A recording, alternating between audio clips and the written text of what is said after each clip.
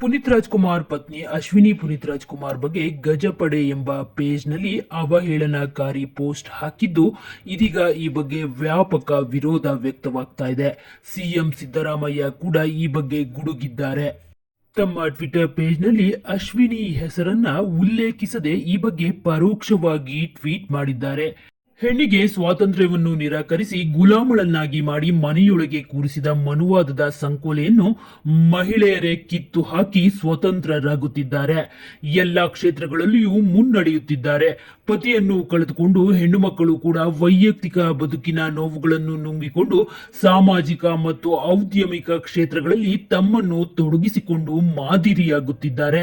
ಹೀಗಿದ್ದರೂ ಇತಿಹಾಸದ ಚಕ್ರವನ್ನು ಹಿಂದಕ್ಕೆ ಎಳೆದೊಯ್ಯುವ ಪ್ರಯತ್ನವನ್ನು ಕೆಲವು ಕಿಡಿಗೇಡಿಗಳು ನಡೆಸುತ್ತಿದ್ದಾರೆ.